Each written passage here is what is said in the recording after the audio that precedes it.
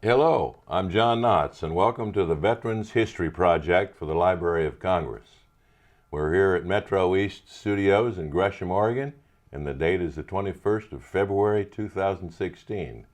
And I have a wonderful young man here by the name of Mr. Larry Phillips, Vietnam veteran, Army, and we're going to have a little chat. I'd like to welcome you to the show, Larry. Thank you. So, are you from Oregon originally? Herkimer, New York. Herkimer, New York. Where the heck is Herkimer? Mohawk Valley. Mohawk Valley, I'll be darned. Now read the book Drums Along the Mohawk. That's where I'm from.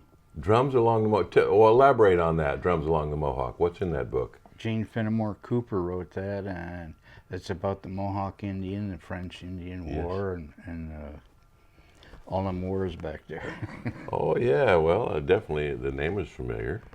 And you, so you obviously went to, what was the high school you went to? Passaic High School in New Jersey, though. Oh, I didn't graduate, though, so. So you went to high school in New Jersey? Yeah. So how far away is Herkimer, New York from New Jersey? About 200 miles. Really? Yeah. So your whole family ended up going to New Jersey? Right. And that was lack of work all the time, so. Dad was always moving, yeah. I was going to ask you probably for work at that time. Yep. To move down there. So you didn't graduate. So what year would you have graduated? I think 64, I think. 64, 65. Yeah. You're born in 47. 47, right? 47, yeah. So did you come from a military family? Yes and no. All my uncles were in the military, yeah. You might as well say, yeah. You're right. Well, that's a military background, and it inspires young people in many cases. I did. Right. A lot of people I talked to, relatives were in the military, so they were kind of interested going into the military. So what was your specific interest for joining the military? I just wanted to get in and get it over with. I got tired of waiting for the draft. You know, that's interesting. That's interesting. I did the same thing with 8 other people. We said, let's go, let's go. Let's get it over with. Yeah. I wasn't married at the time, and I'm still here. By the grace of God, we're still here. And you went in what year? I enlisted in 1967. So you must have been 18? I think 19 or something. Yeah. 19. And what made you choose the Army? Not with much of an education I had, so that you don't need much of an education to be a target, do you? I've never heard it put that way. be a target. Okay, I'll tell you, we have good times here, and it's the fun times that we want to remember. But I honestly never heard that. So you went to boot camp where? Fort Dix and Fort Polk, Louisiana. I've heard of both. Yeah. Yeah, Tigerland, Louisiana. Yeah. I'll be darned. And so the question I always like to ask is, what was your first impression of boot camp when you thought everybody was nice before you got there, and the first day you were officially checked? Yeah, I see you're laughing. Go ahead and elaborate on the laugh. It's a good question, yes. See, now I have a short memory now. That was, I didn't think it was going to be nice, I knew that, but I just went in mainly, too, to help me grow up. Yeah. And you grow up pretty quick when you get in the service, because you better know your stuff. I won't repeat my first thought to myself the first night in Iraq, but what the have I done to myself? Yeah. What have I gotten involved in now? And I know that's usually common practice. So how did you fare through boot camp, and how many weeks was it? I think it was 8 weeks, I think. I'm not sure, but did good. Yeah. Most of them were 12. I think during the Vietnam conflict they cut to 8. They seemed to be pushing people through it, at least in the Army and the Marine Corps. So you graduated, and expert rifleman, Right. and well in your class, your graduating class, Right. and full of vim and Yes. vinegar and ready to go. And how long? Where did you go after boot camp? You must have had some follow-up training. Fort Dix boot camp, and then, like I said, Fort Polk, Louisiana, your second training. You get advanced infantry training, Right. basic follow-up training, and then any specialized classes or directly related to your MOS. So, what was your MOS? 11B40 infantry. 11B40 then, and it's infantry. Yeah. A lot of the MOSs have changed. The designations have changed between then and now. And you talk to a recruiter today or somebody in the service, they never heard of that probably. Yeah, there's a lot of questions like that I ask all the time. Oh, well, you talk to people and say, Yeah. well, where was 8651? Well, Yeah, what's that? Yeah. Well, it's recon. Well, Mhm. no. It was only recon during Vietnam, Vietnam, so right. those designates have changed. You then, when did you get into country in Vietnam? April '68. That's about right, yes. Yeah, 5-6 months from boot camp. Right. You end up in country. And where did you go in country, and who were you with? I was with the 9th Infantry Division, 4th Battalion, 39th Infantry. 9th Infantry Division. And by golly, you know what? I think I've got that here. And wasn't that referred to as the Old Guard? Old Reliable. Old Reliable? Here you go. I've got a shot here of the 9th. It's right there. Now, how did they come by the name the Old Reliable Defend Saigon? Old Reliables. That came from World War II. From the 9th Infantry Division. Yeah. Now, where were they in World War II, the 9th? I think they were in Bastogne. Really? Yeah. I know. I've seen a lot of programs, and there's a lot of history about Bastogne. Mm-hmm. And it's quite interesting. So, did that make you proud? Yeah. You had some history with the unit you were with. That, Right. Maybe the enemy's a little afraid of us. By golly, You don't know it till you get there. And then you were obviously with the forward combat unit. Right. And what group were you with? Like the 4th Battalion, 39th Infantry. 4th Battalion, 39th 9th Infantry. Right. And you do obviously a lot of sweeps Yeah. in the area. Around what area? Dong Tam, Saigon. Oh, so you were down south, way Right. down south. Delta? Yep. Delta area. Right. Rice paddies, yeah. A lot of rice paddies, Mm-hmm. a lot of VC, not so much NVA at that time, but Right. a lot of VC. Share some of your experiences, your first combat encounter. I can't remember the first, really. I just remember them as I remember You 'em. just remember the encounters. Yeah. It's that's not an uncommon thought. That somebody asked me what I remembered. I said I remember the first day I got there. I remember the day I left, and the rest of it was kind of like life between the Alpha and the Omega, the beginning and the end. Everything that was in between was just kind of messed up. I don't know. There you go. I don't know. It was what it was, and we probably weren't aware of a lot of things going on from the upper echelon. Right. We just knew where we were within 10 square feet, and that was it, and didn't care about the rest of it. Now, could you explain to me, I have another picture here, the area surrounding the Y Bridge, which was a death trap for 213 Viet Cong that tried to storm the Chalon. Yeah. The Chalon. And here's The Y Bridge, yeah. the Y Bridge, the old reliables. At the Y Bridge, it's Chalon is, I think, the correct pronunciation. And you had 5th Mechanized there, did you?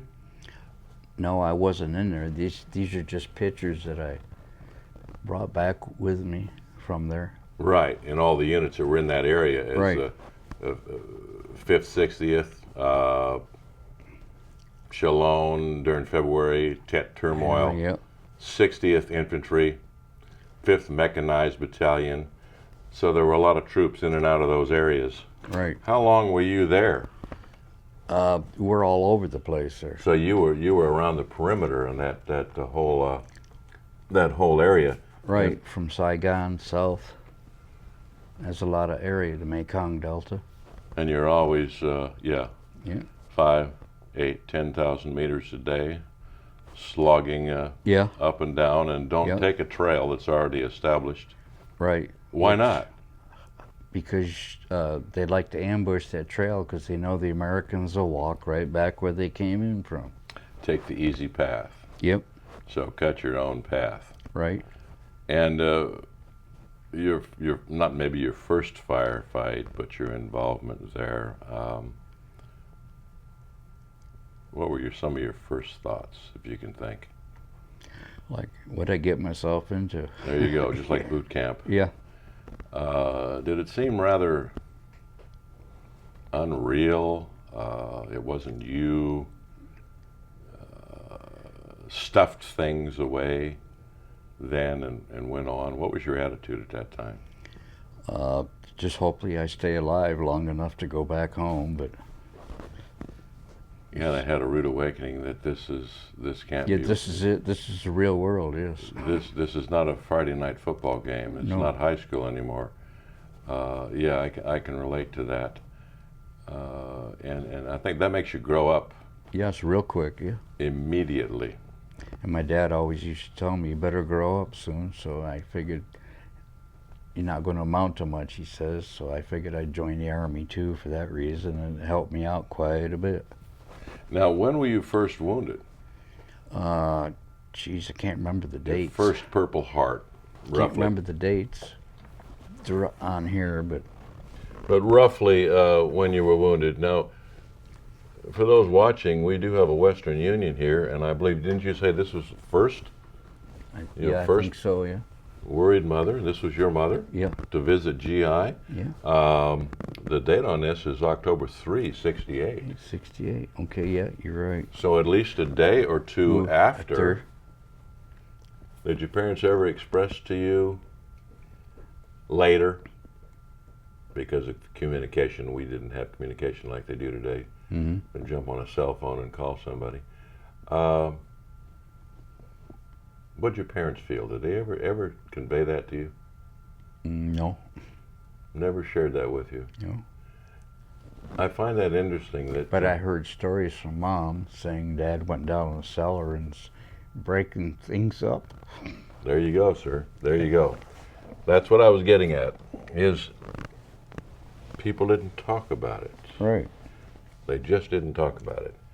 What they didn't know, the imagination let them Right. share an experience. And imagination sometimes can be detrimental because it can make a situation worse than it really is. Yep. I know, in relating to that in the hospital in Guam, very first time I talked to Mom, I can relate to what you're saying. You probably agree with this.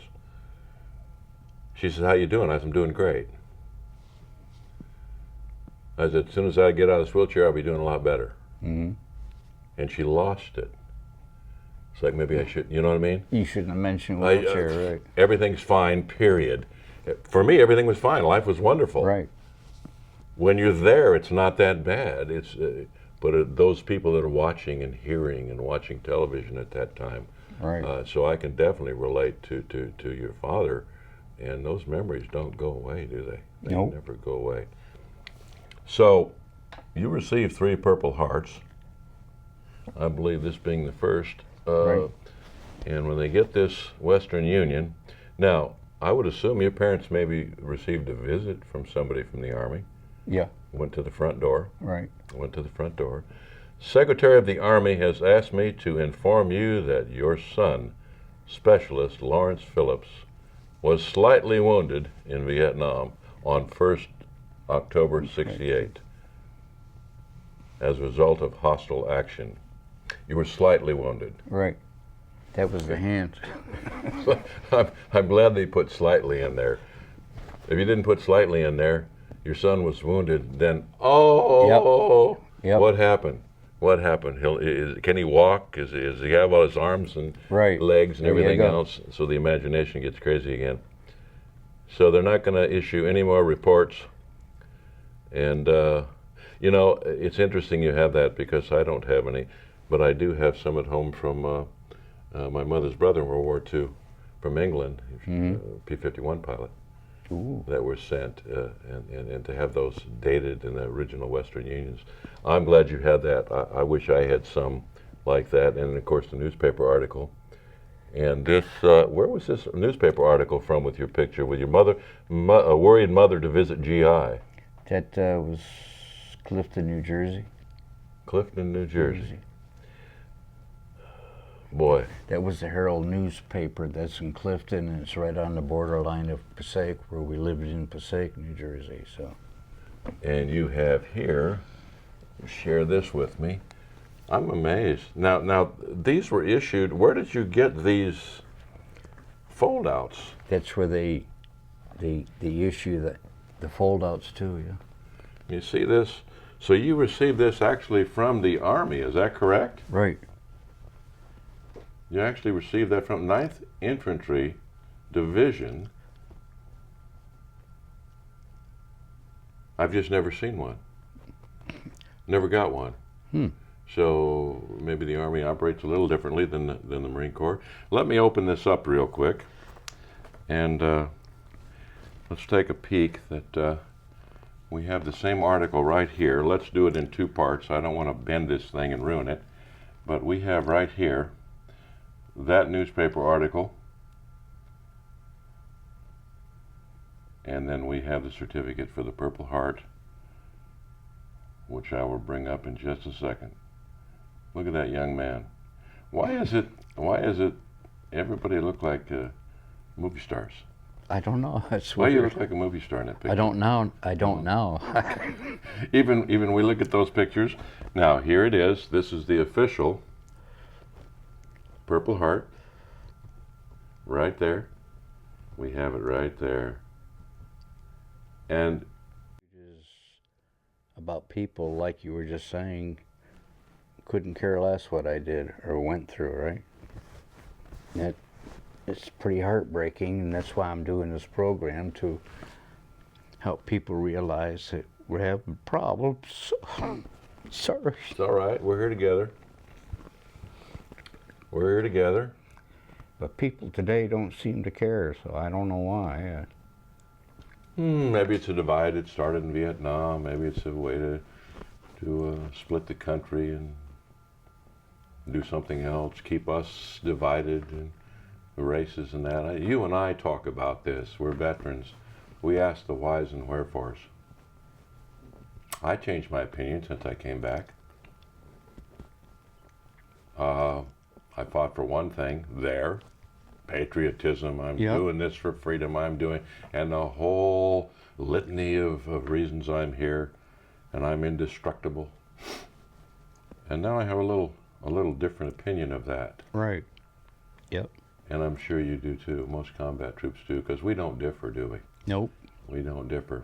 I came back with a thought of great respect for human life. There you go. Don't call me a baby killer. Right. Don't compare your combat troops to dangerous people. Doesn't make you dangerous. PTSD doesn't make you stupid. Nope. Maybe what the country doesn't like today is honesty. Yeah. The real people, the simple folk that built the country, that put their lives on the line for the country. There you go. And the military troops that have been ignored all these years. Yep. It's just like you're a piece of meat. You're a number. You're a number. Yeah. You're good come election time, right? Right. Yeah. Vote for me. Rest of the There time you I go. don't care. You become hardened, but not dangerous. Right. And I saw what you did when we talked about what your father did when you received the Western Union. Mm-hmm. I didn't know until years later. Marines walked up to the front door of the folks' house and same thing. Mom knew what it was. She walked away. She refused to answer the door. That's why we need to do the counseling for the family members now. Yeah. The parents and grandparents and aunts and uncles who were in the military understand it, don't they? Yeah. But how does that affect the mothers and the wives and the children that don't understand it? So we need, what would you recommend that we need to enhance to understand? Because I hate to say that we have problems. We don't have problems. We have a thought process, unlike somebody who hasn't been there. Right. It's not a problem. Nope. It's not a problem. We don't have problems. And I kind of resent that, and I would hope you would too. What would you like to see happen that maybe the VA can get more involved in, or state legislature can get more involved in? Take care of us. We were there for you, right? Doing your job. Very true. Yep. Very true. I'm not anti-government, no, don't get me wrong, but the government has issues with the VA. Veterans, you know. They should take care of us better, treat us better. You, obviously, Three Purple Hearts. You have a service-connected disability. I'm very familiar with those. Right. The processes and the VA. Yeah. Just for our listening audience, you have a what service-connected disability rating? What is your rating? 30%. You're at 30%. Right. And you received that when? About 4 years ago, I think. 4 years ago. Yeah. What was the first time that you went to the VA, or how did you go to the VA to get rated?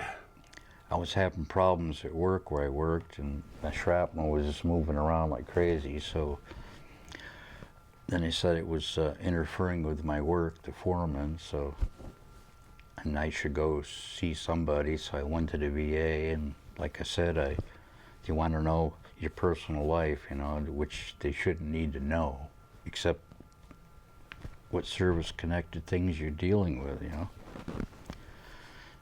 So they ask you how much money you make, and you own your own home, and it's none of their business. Sorry to say, but Well, it's also irrelevant. yes.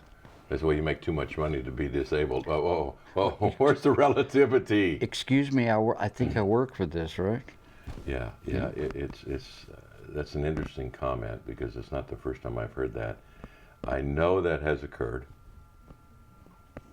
having worked with veterans in different capacities and helping out with one of the county agencies, Health and Human Services.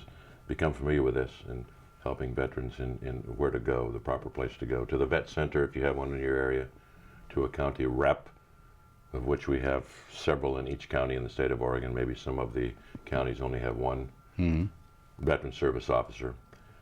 But a vet center in your area, the VA hospital, get enrolled and know where your veteran service officer is.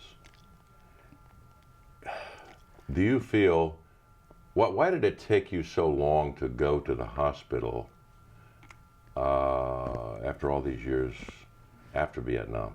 I just wanted to get ahead in life, get me a good retirement and all that. Like I said, every once in a while it acts up, you move it a certain way, it hurts. Now, did you get any, are you on the Agent Orange registry? No, not yet. You're not? No. So you are at the hospital, though. You do have your enrollment card at the VA Yes. hospital. And you should get on the Agent Orange registry, because they are adding new things all the time. PTSD. Yeah, it's pretty bad. Is your disability rating involve PTSD also, or just the shrapnel wounds? Just a shrapnel right now.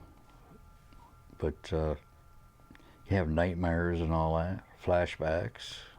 You wake up in a cold sweat, like somebody poured a bucket of water on you, and your heart's going ba-boom, ba-boom, ba-boom.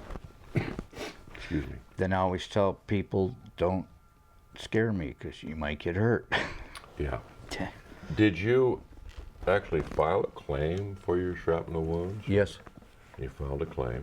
Right. and you received a determination. Right. 12 months went by after you received a 30% determination. You had a right to appeal it at the time. Right. Did you have somebody helping you at that time?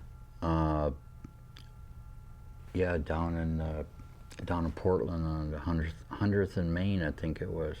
Had a rep down there or something. But I didn't want to go back again and get more aggravated. I was going to choose other words, but And that's okay too. It's not. Control room request. Could we have her second Purple Heart be brought up? Second Purple Heart brought up. That one next to his hand there. This one right on the table? We can surely do that. Yes, sir. Do you wanted to see the certificate? Yes, please. We are going to the certificate right here. Move it a little bit to your right.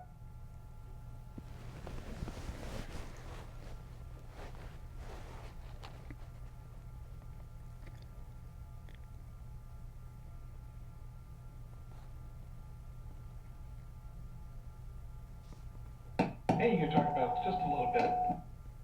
Pardon? Talk about it again a little bit. Purple Heart.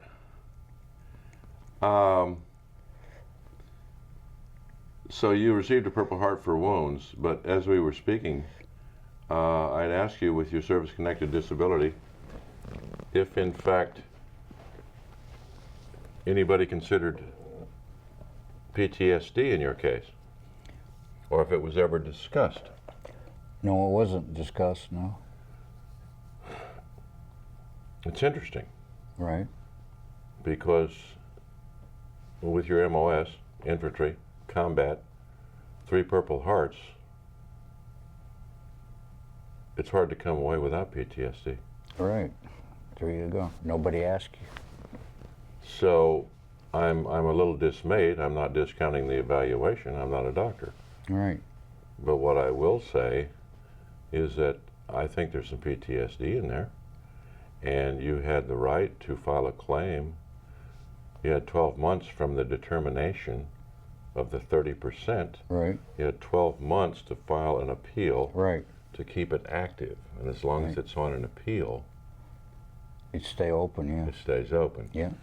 From the time you received a 30% disability, once you've exhausted 12 months, unless the policy's changed, then you have to reopen the claim. Right. So I don't know how you feel about it, and I wouldn't advocate you reopen the claim. That's strictly up to you. So if you would, it's a direction to go, Right. because when I go through what you went through a couple of times, things that hit you, that break you down, that I watch you and get a tear in the eye, or I think about things at home and I get a tear in the eye. That's not normal. It's not. It's normal for us. Right. And when your father, that many years ago, going into the basement and throwing things, bothers you that much, it bothers me. Well, And yeah. that's what people don't see. You're right. You look normal. What on earth could be wrong with you? Well, there's nothing wrong with me. But maybe I just have lived more life and I'm a little more emotional than your normal people. Right. I've been there, done that. Where you Exactly. been? Yeah. You see, I have things to relate to. You, sir, have things to relate to. You've lived a life that most people will never live. They will never breathe. They will never see. They will never have those constant memories of, that are intrusive thoughts. That's what they're referred to. That go through your mind like tracers. Almost constantly, yeah. Brief moments in time. You see a face, you see a place, you see an incident, you see this, that never go away 24 hours a day. Right. Even in your Sleep. awakened moments. Moments and sleep, yeah. sitting right now. Yeah, I'm seeing faces. I'm seeing an instant. yeah. I see a picture. Let me show you. Here's one right here. Got 3 stripes, sir. Yes. Got 3 stripes right there. If we can go to camera 3. Can we see that baby right there? That's Larry. It's 1969. Age 22. Sergeant, United States Army. And a few experiences that you out there, if you haven't been there, will never experience, never think about, never feel. So don't ever come down on our troops. Look how nasty and dirty I look. Oh, nasty and dirty. Yeah. You see, that was synonymous with nasty and dirty. We all smelled the same. Same, right. We all looked the same. The dirt was all the same. And this is you. That's a standard picture, like most of us. With a cigarette in your mouth. Yeah. Standard look. GI, I call that. That is government issue right there with an M79. Then when you get home too, you had that like 1,000-yard stare when you first get home. You Yes, just sir. Yes, stare sir. at things like Yes, sir. think and think. M60 machine gun, sir. That's experiences that young men never forget about. And so many have gone before that we know nothing about, and they will continue to go. And that live with thoughts that are always there. Then all these old movies out there, people should watch them and realize what these people have went through in war. And I always think of how would I feel, how, being this guy in a war zone, how he feels, I know how he feels now. But people should be. And you know the thing about it is that however many movies you watch, you can't feel it. You can't smell it. You Right. can't touch it. The term, the smell of death. I've smelled death. Yeah, I've done You that. smell yeah. death? Yeah. And you flash back. Yeah. A certain song you flash back. Not that, but I've seen people with no hand, no foot, half a head, Yeah. hole in the stomach. And if you haven't been there, you still can't relate to it. Right. So when folks say, tell me what it was like, what do you say? Hell. Hell. Hell on earth. Should have been there. Hell on earth. Then the Navy bombed us once, the Air Force bombed us once. Know that story. Yeah. I don't know what went wrong, but FO someplace, wrong coordinates. then a 105 round, we had the first round that comes over is smoke, so you can see where the shell's going to explode. Oh yeah, yeah. So you call back and say 50 more yards out. Well, one round came in short in front of me from here to the corner there, and I'm up the mud in my knees, and I'm trying to like back up real slow, like, is it delayed fuse or a dud or what? Interesting stories. Interesting. God bless you. I feel for you, and we never forget about the mothers and fathers Right. and their thoughts. And I think we cried for them more than they cried for us. But life goes on, and we're here. Right. One day at a time. We live one day at a time. And we need to get more stories out and make people understand that a lot of young men and women have sacrificed a great deal in many ways Right. for this country, and we can't afford to lose it. Nope. So I'm going to tell you thank you. I'm glad you came in. It takes a heck of a man to do that. Yes. Takes a hell of a man to come in. Thank you. And until next time, you have a safe journey wherever life leads you. Thank you, Larry. Thank you for having me here.